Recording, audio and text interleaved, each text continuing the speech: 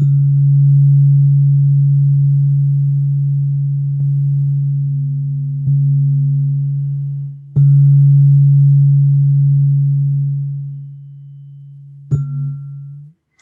right. Hey, how was your strong end of the week, everybody? Hope it was a good one, and welcome. Good to see you. You're looking fabulous, by the way. I'm telling you, this favor stuff really is making you look better. I mean, talk about, reversing the clock, right? Hello, everyone. Welcome to, this is a learning hour. We just come in here and we try to gain as much as we can and let everyone figure it out the best they can. And that's all you can do. Wow, that was impromptu and really was good. So welcome, everyone. Wow, lots of people. Hello, Lois, Quage, and Queen Tarot. Martin and Heidi, good to see you. Al, peace. Good to see you, my friend. Amanda, hello, Robert. David and Dragon and Soul Fox, good to see you. And Great Scott, David Barry, how you doing? How's your mom? Always keep her in mind. Maverick George, good to see you. Priceless, yeah. Hey, listen, if you're going to believe, I mean, let's just, having one belief is like, I don't know, like liking only one flavor. I mean, I like chocolate, but, I also like ambrosia. But anyway, good to see you. Jenny, hello. Lucky Stone. Mary Cat, hello. Rich, good to see you. KT, Emma, hello. Richard, good to see you. Paul P. and Julianne Payne from down in Queensland. How are you, my dear? Teresa Burke, good to see you. And Susie Q, there's a song about you. Hello. So, hey, hope Truth in Me, good to see you as well. Yes, I do have some. I tan easily. What can I say? Hey, Miss Heidi, good to see you. It's a great day. So let me just invoke favor on everyone. It works. So I will just start this out by saying, favor is upon us. I speak and invoke favor upon us everywhere we go. We're going to read our declaration here in a second. That great favor from on high rest upon each and every one of us. In this day, may joy visit you. Nothing missing, nothing broken be found in your life. Complete restoration. And boy, I don't know if you go by the theory that, if a spirit is a everlasting, ever living, or if spirits are created in a particular time and moment and then move on. But hey, whatever you believe, you got to admit, this is one far out trip. This thing called life, baby. So let's just speak good things over all of us. I'll take this in the first, second, maybe in third tense. It just depends on how the spirit leads. All right. I hope you do this every day. Seriously, if you're not, you're cheating yourself. All right. All these favors will come upon me and overtake me if I give voice to them each day. Favor will be with me in the city, and favor will be with me in the country. That's everywhere, folks. Favor will heal my body when I speak favor into my body. Do it every morning. Hope you do as well. Favor will set apart your children. And by the way, relatives, families, whoever, that's children, is the posterity. Your animals, livestock used to be valued as to a person's wealth. So just equate whatever animal would be translated into your life. And your ground is favored with abundance of joy. Favor will be on my food. Favor will be on my water. Favor will be upon my pantry. Means my pantry will never run dry. Favor will walk with me when I come in, and favor will walk with me when I go out. Favor will cause my enemies to be at peace with me. Nothing wrong with that. Peace, baby. Favor will be upon my barns and my storehouses. That's where you keep your wealth, wherever that is. It's also what you keep in here. Where you keep your valuables to prosper and be in safety. Favor will be upon me in everything I undertake. favor. Everything I set my hand to, favor shall cause it to prosper. Favor shall be upon all my material property, and shall cause it to last longer and not break. Favor shall protect me, my offspring, my possessions from calamity. Favor will lead me to good fortune in all things. Favor will cause me to be the head, not the tail. Favor will cause me to come out on top and not beneath. Favor will always cause me to be above. Favor will cause me to have favor with the elements. Favor will cause me to be favored with the spirit realm. Favor will cause me to be favorable to everyone I meet. They will see me with favor, and favor will seek me out. Hey, baby, ain't nothing wrong with that. I don't care what anyone says. Yeah, lots of stuff going on in the world, and at least here we speak good things. It's not where you're hearing cussing all the time. Damning this and that and that. Nope. Too hot for hot tea today. That's all I got to say. Just want to say to all those people, that are fighting illnesses and oppression. Yes, we're going to be getting into that. Oppression, spiritual oppression. Yeah. Remember what Philo said. Philo said in the Cosmos of Moses that God, in the Judaic sense of the word, is not wasteful.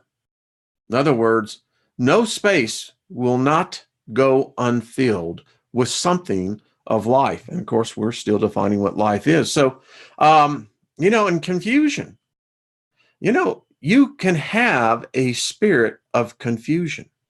I don't know if you know that. You can. So we just speak favor to all of you that are in that. Trina will be on here tomorrow. So I'm looking forward to it.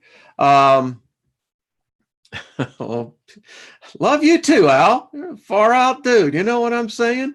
So that's what we do here. And we try to do our best. And, we know not everyone is going to be in agreement. That's not the point.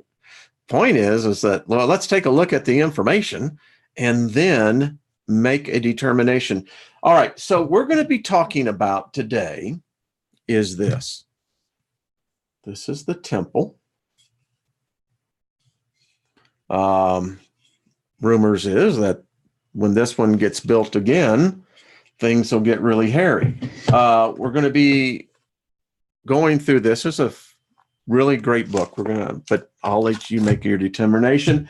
And the last one we will be using is the Old Testament, the pseudo Apocrypha, and specifically the Testament of Solomon. So that's what we're going to be hitting on, because when I got the book, it came yesterday. It started, do I know the definition of, what is that? Is that, I can't see, is that I can't see what the word is. Henotheism? Cannot say it's in the study today. So let's get right back to it. I can't be distracted and driving at the same time. All right. So when we think about our history, things cannot necessarily be proven, but most people will accept them as fact. Depending on what your theological, esoterical, whatever your views may be, if you have in those views, we each have our own, and we each come to those own conclusions. Many times those conclusions are built upon perceptions of what we are told is history, fact. I think there's very little fact, and particularly the longer it gets. I mean, when you start talking thousands of years, contamination is, in fact, I can't read. I got to get go. Has taken place, and anything particularly that goes past the first century and back, very unlikely that it has not been cross-contaminated in some way. And I think when we look at magic and we study it, we look at it with the same thing. We gather what we can, and then we determine what is and what isn't.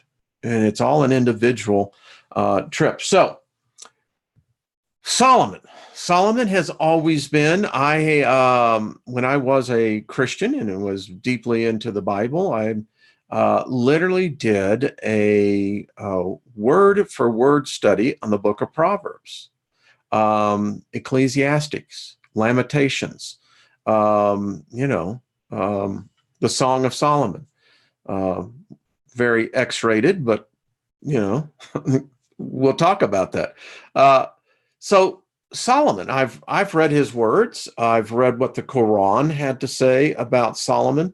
All three. Well, let's just get into this because I do, as you know. Give me 1 second here. I'll have to stop that.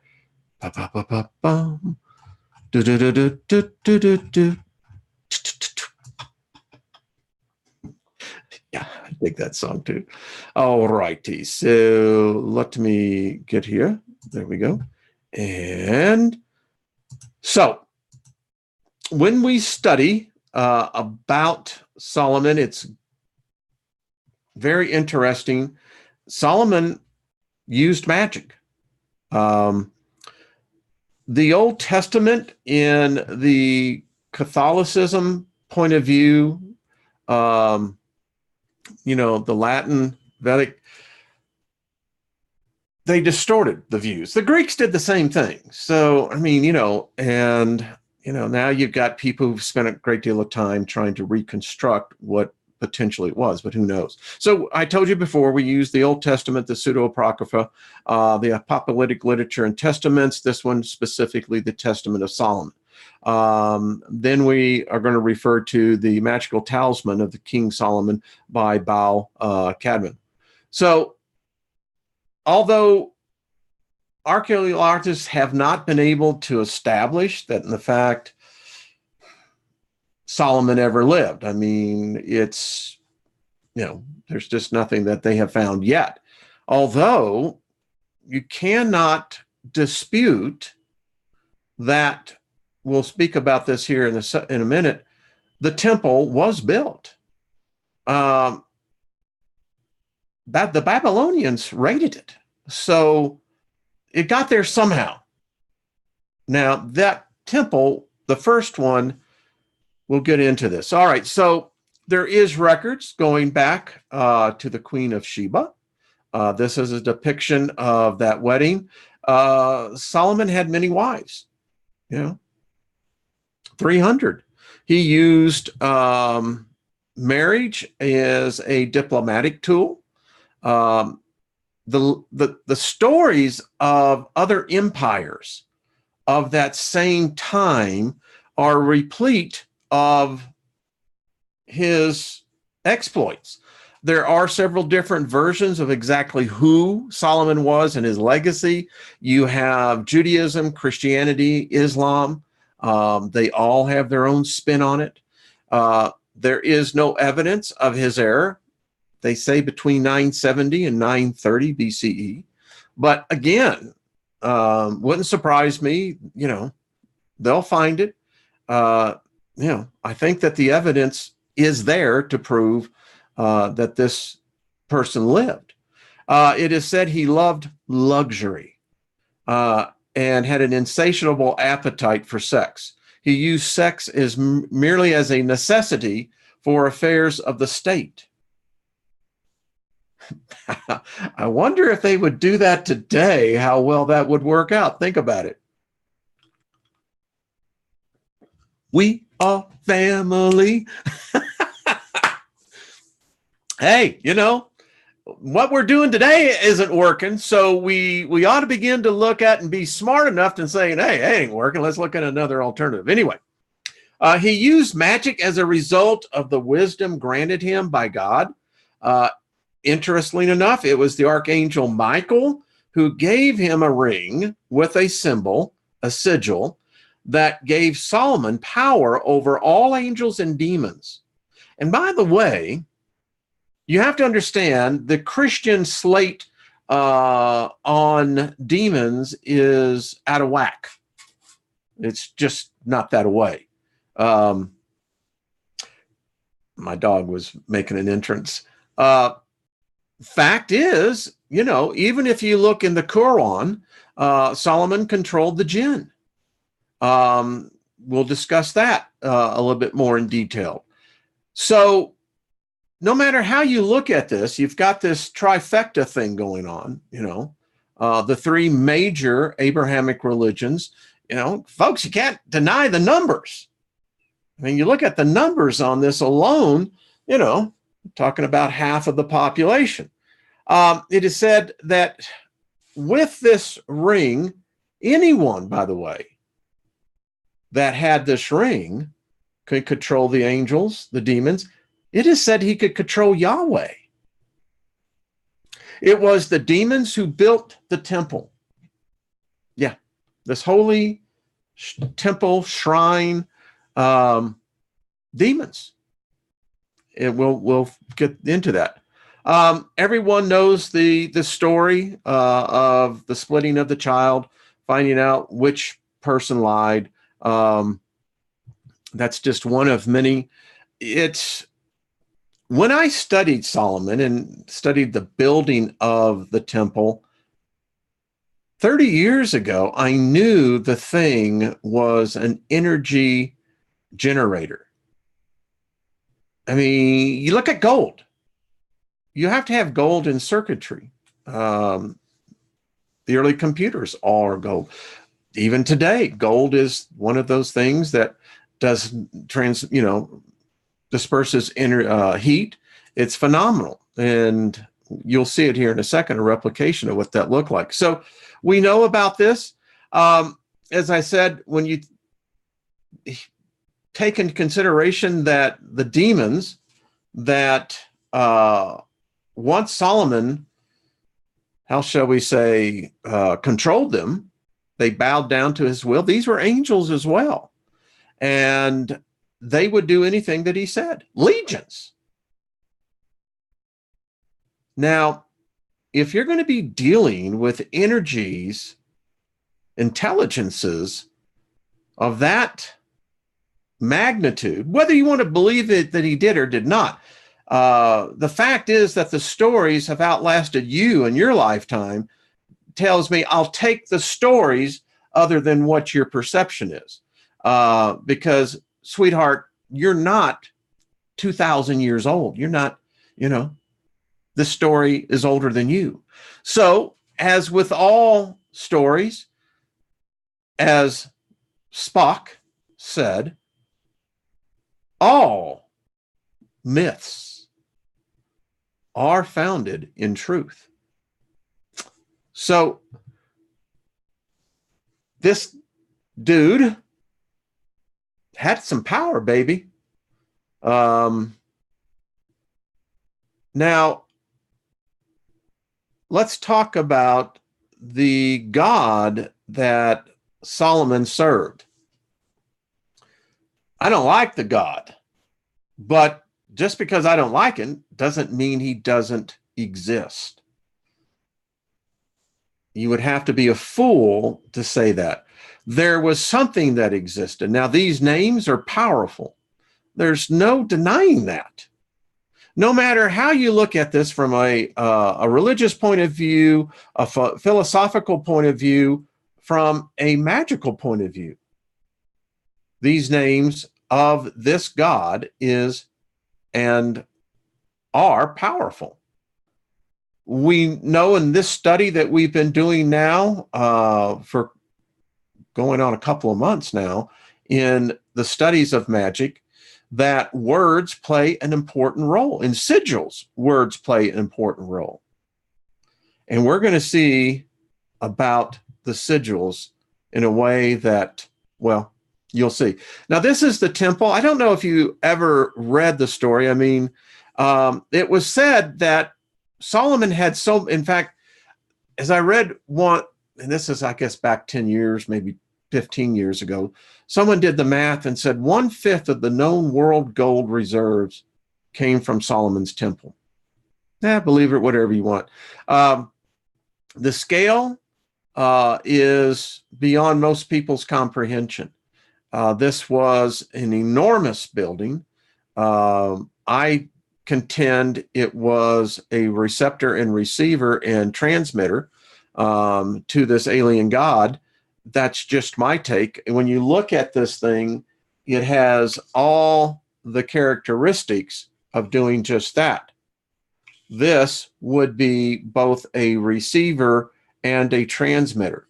Why? Because what's underneath this thing, which we're about to see, is where I think the true power source of this alien that called itself God came up with. So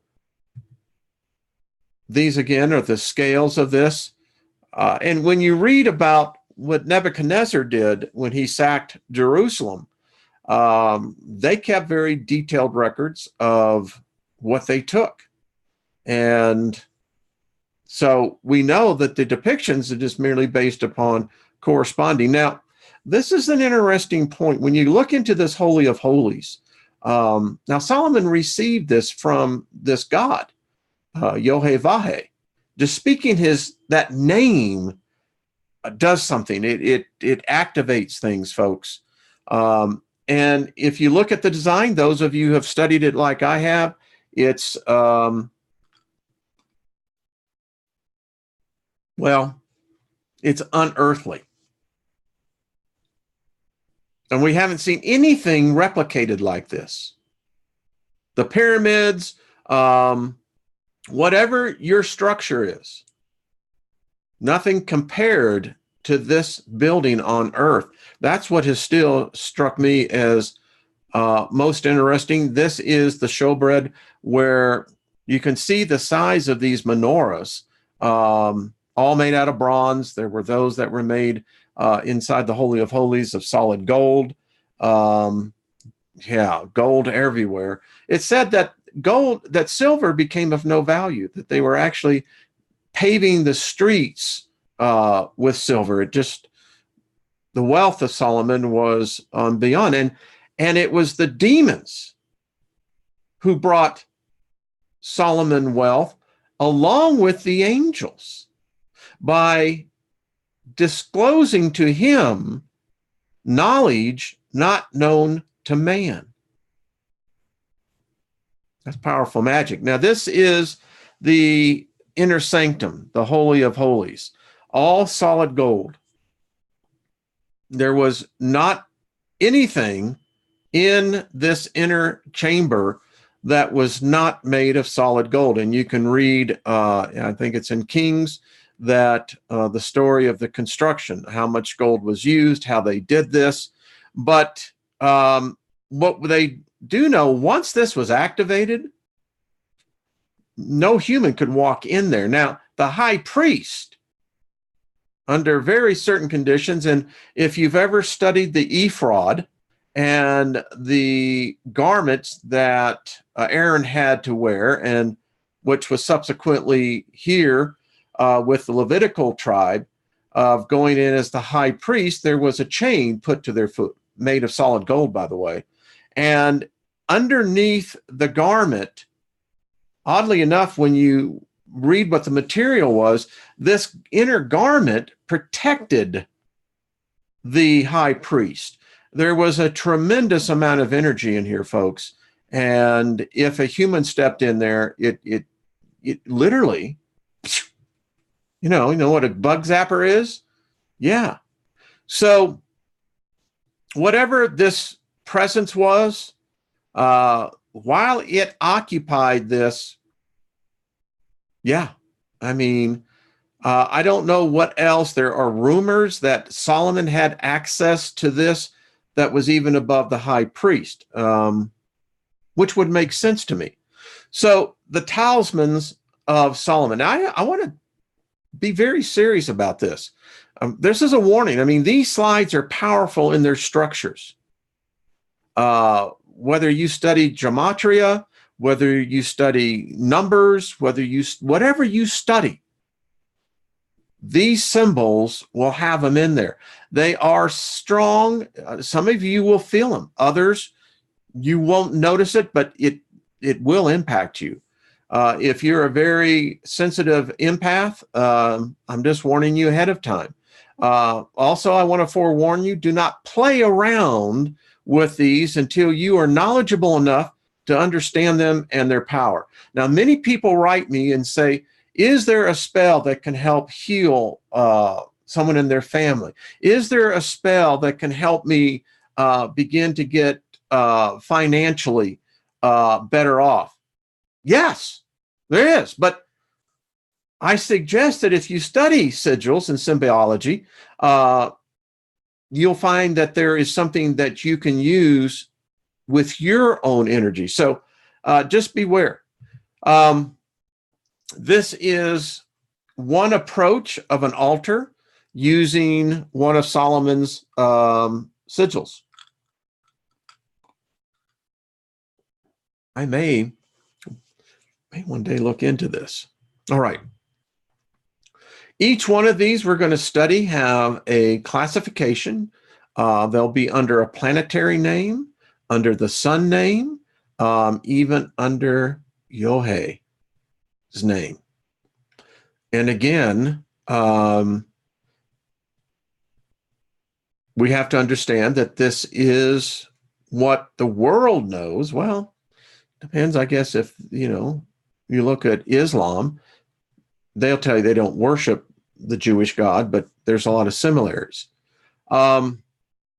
If you let this, and I can tell you, I was up most of the night. I could not sleep. For myself, I kept seeing certain sigils, the certain symbols, and it was a very fitful sleep. I study anyway till many times late, but these have a particular impact. Some of these we're going to be studying, and we'll probably not get through this today, probably not Wednesday, Thursday. This may be a 4-parter. But these sigils are sigils of protection against spiritual forces. You're going to find out there's a lot of spirits that are just jokesters. There's a lot of spirits that are very serious.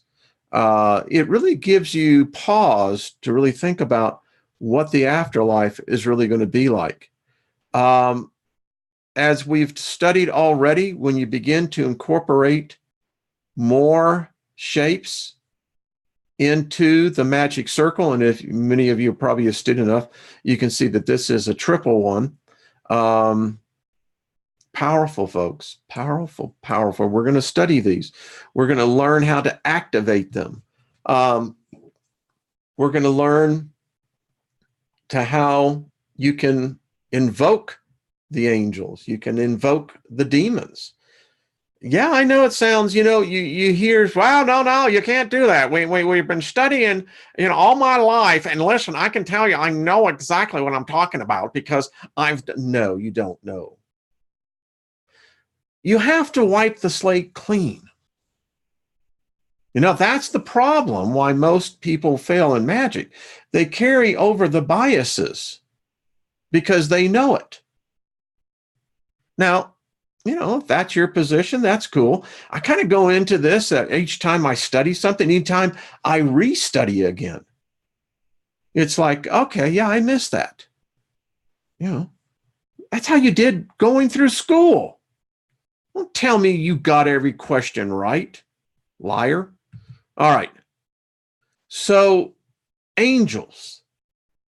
Now, I have covered this in hours and hours and hours. I've taught on the angelic alphabet. You look at these sigils, this one particularly, you tell me what begins to happen to you. You almost start falling into it. Powerful, powerful, folks. And you don't have to have the knowledge. it pulls on us psychically, pulls on us spiritually, pulls on us physically. Each one of these, again, specific purpose.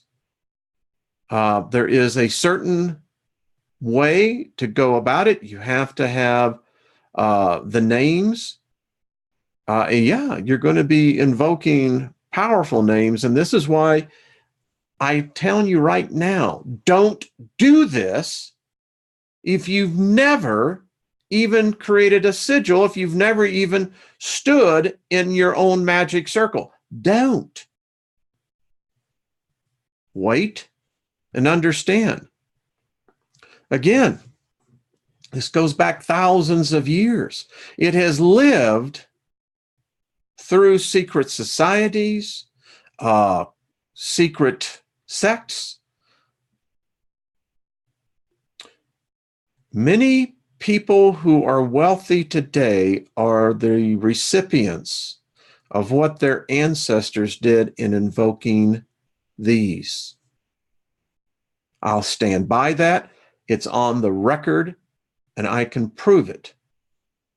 I've already proven it in many videos already. And as you become more versed about these, and and again, did this come from Solomon? Who knows?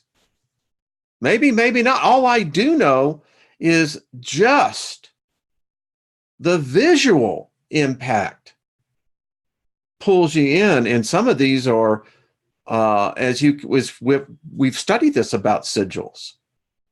They're everywhere. That's why you buy what you buy. It's the way you're programmed to react.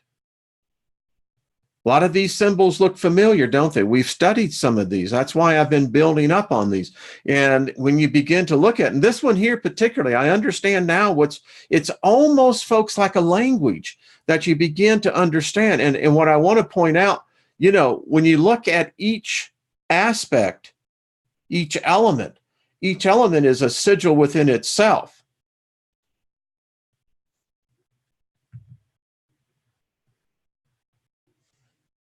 Many of you who've been searching for ways to have circumstances be more favorable to you. Did you know the spirits control that? Yeah, it's called luck. It's randomness. You can call whatever it is. Now, I happen to think that it's not so random. It's not so lucky. It's just sometimes it's the flow. And there are spiritual forces that have control over those things. Otherwise, there's just a void. When you die, you're off to the void, baby. No. Now, there's something else here. Now, you're probably like me and say, well, my Hebrew's a little rusty. Yeah, right there with you, baby. But, you see, we got something today that even Solomon didn't have. I wrote in my notes, because, when I'm reading, I'm writing, and I said, well, did Solomon know about electricity? I bet you he did. Now, whether he didn't call it electricity, but in writing, I'll just continue to go over this. You think about it. Did Solomon figure out combustion? Motion, locomotion, electricity, magnetism, computations, astronomy, optics. I mean, you can go on with the list.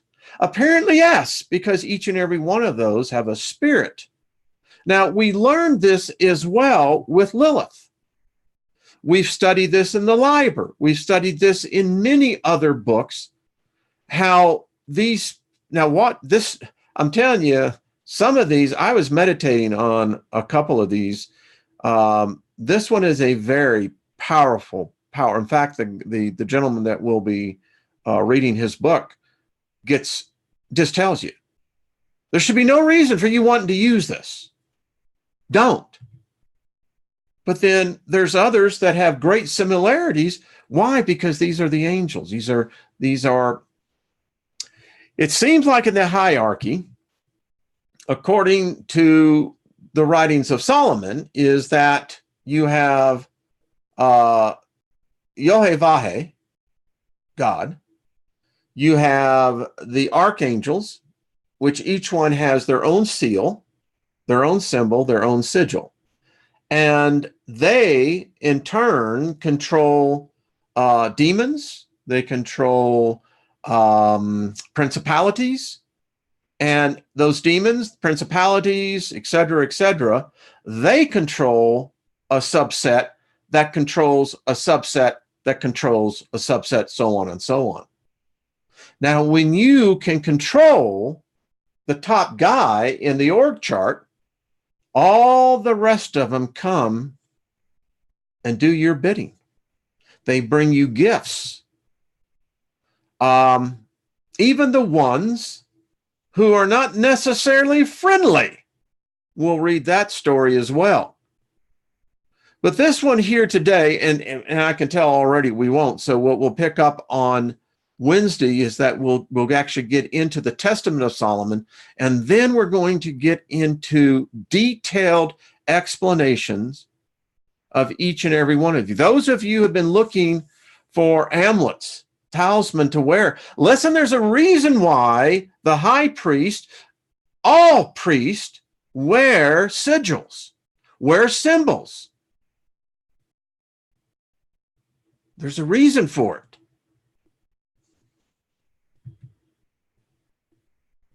And when you begin to understand, many of you already, I think of David in the chat room, I think of Al, there's a number of others of you. We understand these lines. Look, isn't it interesting what they did to the lines? None of these lines are open. Why is that? We're going to learn why. Now, this is translation of taking this as Gabriel's. Remember, any angel that has E-L, I-E-L in its last name is directly associated on the top tier as that surrounding the Elohim here, Yahweh. Now, these angels are actually, when you compel them by their name and take control of their name and invoke that name, you can even control the archangels. From what I read, I wouldn't advise that. Start, but to each his own. This one's powerful, folks. We'll get into this one as well, but you can see this one. This is the one that really impacted me. I mean, I was almost in a trance. Lynn had to come in and say, what happened? And I had to, it's serious. This is another one. I mean, this one just speaks to me in volumes that I can't necessarily explain why. Yeah, the iced tea is good, folks. Gotta have the tea. Now, this one is one that has all the archangels, all of them. I don't know why you'd want this, but I mean, do you see Samuel down there? Yeah. You see Micheal, you see Gabriel, you see a number in the very top tier. And yeah, folks, on this one, you can have, this one is one I kind of consider, this is one of those rabbit holes. Man, you fall down in that one. I don't know if you're going to get back out. Again, we'll learn what these are. And folks, I'll tell you right now, I've already ordered 2 of these. I found a place that actually will manufacture. I found one place in Poland, hand makes them. Write to them. You tell them what you specifically are looking for, and they handcraft each one. And yeah, I'm going to be wearing them. Listen, yeah, you already know why people wear crosses, why people wear other emblems, other sigils, other symbols. And just let these, some will and some won't.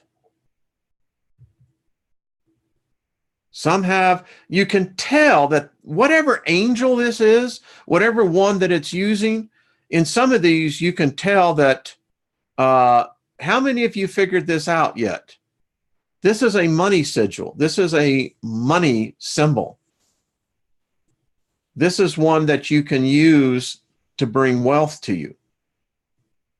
Fortune. You think about your circumstances. What is your circumstance?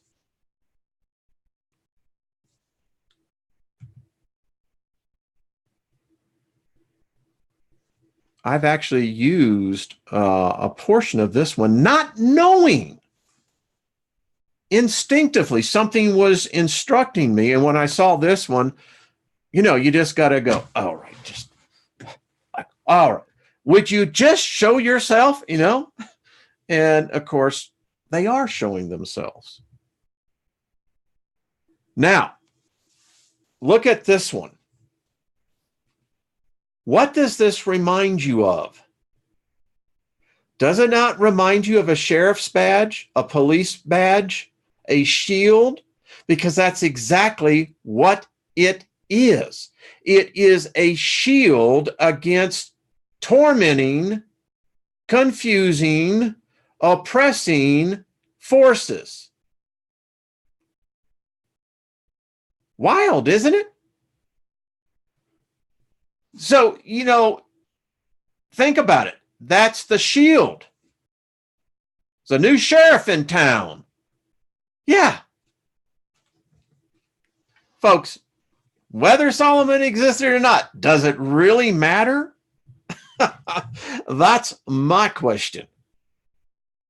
Now, again, this one we'll get into, but as you can already see, this is powerful again. I mean, just the gematria, the geometry of this one, how the lines, how they meet, how,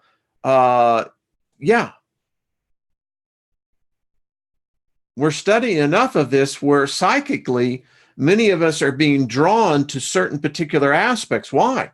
Well, because those doorways are opening now. You're beginning to understand that third eye is coming alive. I think Solomon had an active third eye. Many of you already know by doing sigils and beginning to work in numerology, again, the importance of this.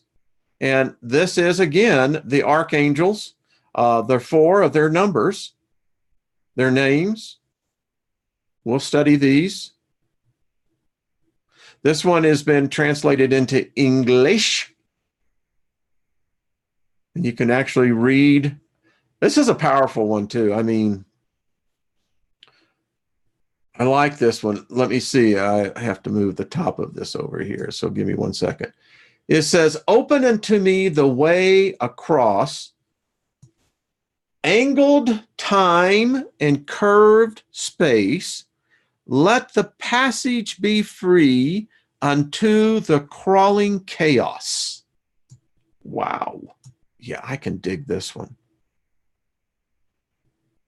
Now, doesn't that actually, and this is the power of these things. Once your mind begins, and actually it's your consciousness, subconscious, superconscious, whatever it is, it knows these things. I'm convinced that all of us have been exposed to this prior to coming here. But you can see where this would lend itself into exactly that. More.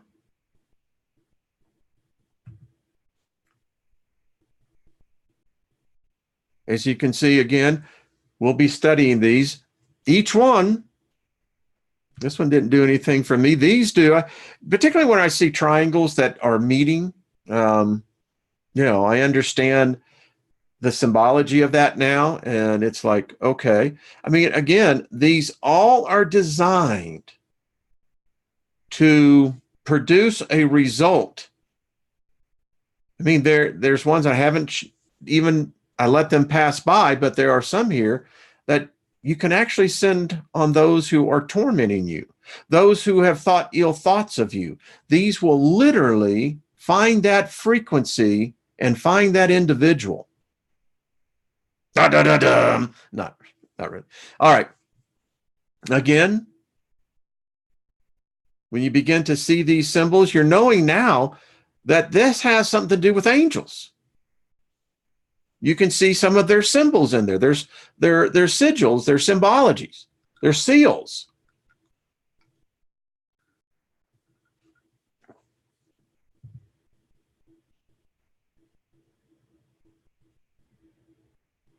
I mean, this one just speaks to me all over. Again, you know that this has to do with angels and demons. Here's Raphael's. Here's Sachiel.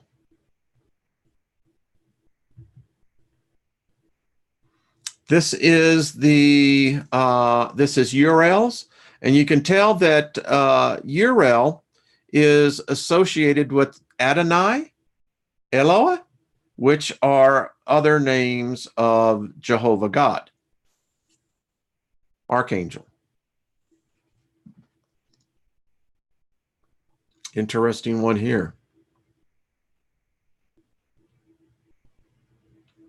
These are later symbols, sigils, seals that have been incorporated to even go up further. Now, there's an interesting story when you begin to read some of the, like the Testament of Solomon, which we will, that you can see how they've influenced, in some case, damn right, just changed some of the wording of the stories to fit their particular theology. But again, this is why the Catholic Church is so filled with symbols, sigils, seals. The Pope has one. His ring. I could just go over and over again on the account. Give me 1 second here. So, isn't that far out? Some people didn't like it. That's cool. It doesn't matter. They probably got a little freaked out and going, "Oh man, this stuff is this is demon stuff." No, it's just knowledge. We're going to learn how to begin to control this. I tell people, what are your alternatives? Do you want to continue to live in fear and continue to be the victim of circumstances, things that you didn't even bring on yourself? How many of you are tired of that? How many of you are tired of being oppressed, depressed? How many of you are just tired of being stolen from? This is what we're talking about. And it's not everybody's cup of tea, but that's cool. The thing is that you can't argue the source. It's, thousands of years. Speaking of that, we can actually got some time in here. So let's take a look at what I'm talking about, the Testament of Solomon. The story, as we get into it, and I'll read it to you right as we go. This is an interesting story, folks, because you want to talk about demonic possession associated with this God that now permeates religion, all religions. This is where it comes from. All right. The Testament of Solomon, son of David, who was king in Jerusalem and mastered and controlled all spirits of the air, on earth, and under the earth. By means of them also he wrought all the transcendent works of the temple, telling also of the authorities they willed against man, and by what angels these demons are brought to nothing. Of the age of Solomon. So right there from the get-go, you need to understand this dude's telling you, I controlled him. A human being controlled the whole angelic sphere. I don't know anyone else who's ever said that. Oh, yeah, I do. I remember one other person. All right. Blessed art thou, O Lord God, who did give Solomon such authority. Glory to thee and might unto the ages. And I won't say a Raman, Amon. Yeah, Raman. It's all in there, folks. And behold, when the temple of the city of Jerusalem was being builded, and the artificers were working therein, Orneus, the demon, came among them toward sunset, and he took away half of the pay of the chief advisors. You ever have, seems like things just come in your life and it's like it's just stealing your money? Then it has this question mark in the translation. The little boy, and I'll fill it in for you. This little boy is actually being tormented by this demon. And Solomon finds out, we'll find out, as well as half of his food. He also continued to suck the thumb of his right hand every day.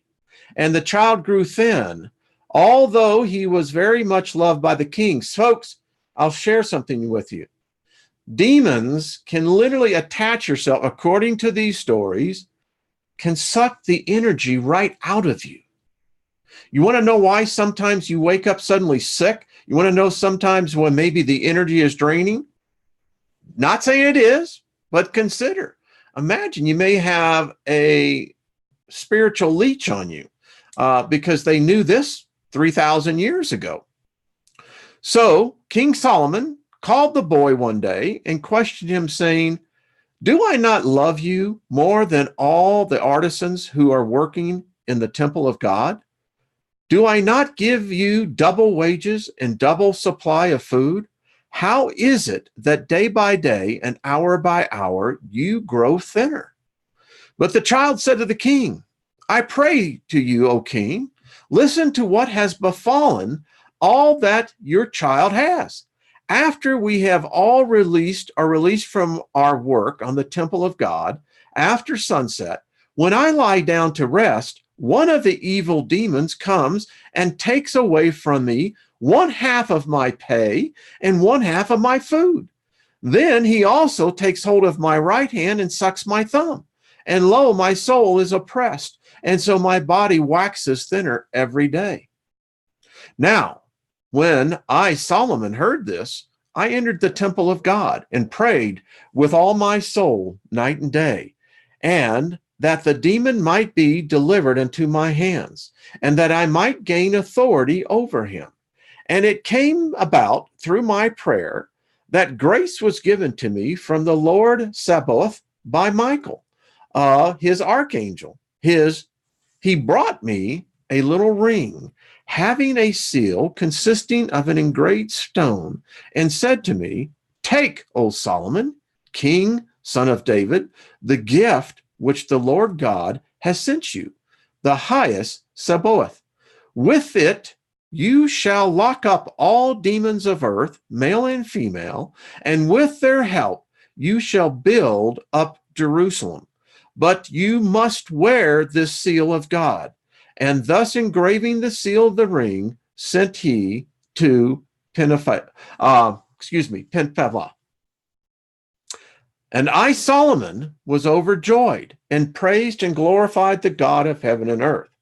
And on the morrow I called the boy and gave him the ring and said to him, take this, and at the hour in which the demon shall come unto you, throw this ring at the chest of the demon, and say to him, in the name of God, King Solomon calls you to him. And then do thou come run to me without having any misgivings or fear in respect of what thou mightst hear on part of the demon. So the child took the ring and went off, and behold, at the customary hour, Orneus, the fierce demon, came like a burning fire to take the pay from the child. But the child, according to the instructions received from the king, threw the ring at the chest of the demon and said, King Solomon calls you. And he went off at a run to the king. But the demon cried out aloud and saying, Child, why have you done this to me?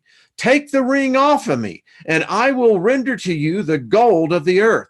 Only take this off me, and forbear to lead me away to Solomon. Loaded with info right there alone tells you, they know where the gold is, right? But the child said to the demon, As the Lord God of Israel lives, I will not brook with thee. In other words, I won't make a deal with you. So come here now. And the child came at a run, rejoicing to the king, and said, I have brought the demon, O king, as you did command me, and my master. And behold, he stands before the gates of the court of your palace, crying out, supplicating with a loud voice, offering me silver and gold of the earth, if I will only bring him to you. And when Solomon heard this, he rose up from his throne and went outside into the vestibule of the court of his palace. And there he saw the demon, shuddering and trembling. And he said to them, Who are you? And the demon answered, I am called Orneus. And Solomon said to him, Tell me, O demon, to what zodiacal sign are you subject? And he answered, To the west power, and those who are consumed with desire for the noble virgins upon the earth. These I strangle. But in case there is no deposition to sleep, I am charged into three forms. Whenever men come to be enamored of women, I metamorphosize myself to a comely female, and I take hold of the men in their sleep and play with them. And after a while, I again take my wings, and I hide me to the heavenly regions. I also appear as a lion, and I am commanded by all the demons. I am offspring of the Archangel Micheal and power of God. Now, folks, you've got to ask yourself, what's going on here? This demon is a very powerful demon. We know its name. You could probably invoke its name. Wouldn't advise it. But more importantly, see where it's an offspring from? My question when I read this, since when did archangels have offspring? Lilith was right. Oh, folks, it's all connected. I continue. I, Solomon, having heard the name of the archangel, prayed and glorified God, the Lord of heaven and earth. And I sealed the demon and set him to work at stone cutting, so that he might cut the stones in the temple, which lying along the shore, and had been brought by the sea of Arabia. But he, fearful of the iron, continued to say to me, I pray thee, King Solomon, let me go free, and I will bring you all the demons. And as he was not willing to be subjected to me, I prayed the Archangel Micheal, who came and secured me. And I forthwith beheld the Archangel Micheal coming down to me from the heavens. And we'll pick up here on Wednesday on verse 12. It goes on, folks, and it gets most interesting. Fascinating, isn't it? I mean, even if this is nothing more than a fairy tale, I would advise it's not, but even if it is, the tale is fascinating. The interaction of man into the spirit realm, granted by God, the ability of the seer, which Solomon apparently was, to see into the spirit realm, to see the archangels, the angels, the demons, to manifest before him. And I contend, what makes us think that today is any different? You know, I studied that book for decades and decades. And as I have told you before on this channel, you know, the book of Mark, which was never written by Mark, but is one of the most fascinating stories in the chronicles of the canon scripture, because it's the only book that brings out immediately these demons. And if you follow the story, go and read it for yourself, you are left with a conclusion that there's demons everywhere, that they far outnumber us, that each one of us can hold a legion of demons. Now, a legion, if I'm right on this, is, I think it's either 20 or 40,000 soldiers. That's a lot of spirits. And it exemplifies the capacity of the human soul, the human spirit, folks. So we'll continue to get into this. You're going to be much more knowledgeable. And when I get in and begin to explain each one of these symbols, these sigils, we'll show you how you begin to do it, how you can invoke them, what the seals are for, and how you begin to apply them to your life. And folks, it's, people in the world out there take professional athletes. There isn't one professional athlete that I've met that isn't superstitious in one way or the other. That's magic. It's a transference of a magical belief into an object, that if this object is somehow going to make your game better, going to make you win, or somehow going to alter the outcome. People go to Las Vegas, the casinos. Why? They want to be, hopefully, one of the ones who can get a lucky streak. In fact, if you play poker, you know that Lady Luck is fickle. All right.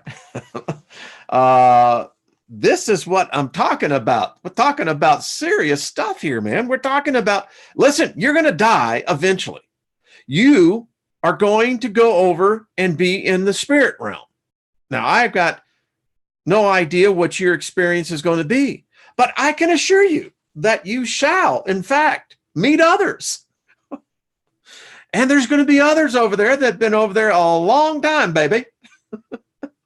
And they're going to go, oh, and you don't want to be the new guy on the block and say, all right, fresh meat. No, you don't want that. All right, folks. Someone says a legion is 3,000 to 6,000. There you go. Fact check them. That's what we want. So join me now. I'm sure that Trina and I may even talk about this tomorrow. I mean, folks, this is all part of this. This is knowledge you're not going to get in your Sunday school or your Sunday sermon. It's just not going to happen. Could you imagine? Well, wait a minute, Pastor. Are you saying that I can invoke a demon, an angel? I didn't say that. I didn't say that. Could you imagine that? Oh my goodness. All right. So Rob, I think you're right. I think it is 5,000. I think the legion is 5,000. All right, folks, I will see you tomorrow. Thank you for joining me. Favor be unto you. And we're going to continue. This is fun stuff. This is just fun stuff. All right. Peace to you all.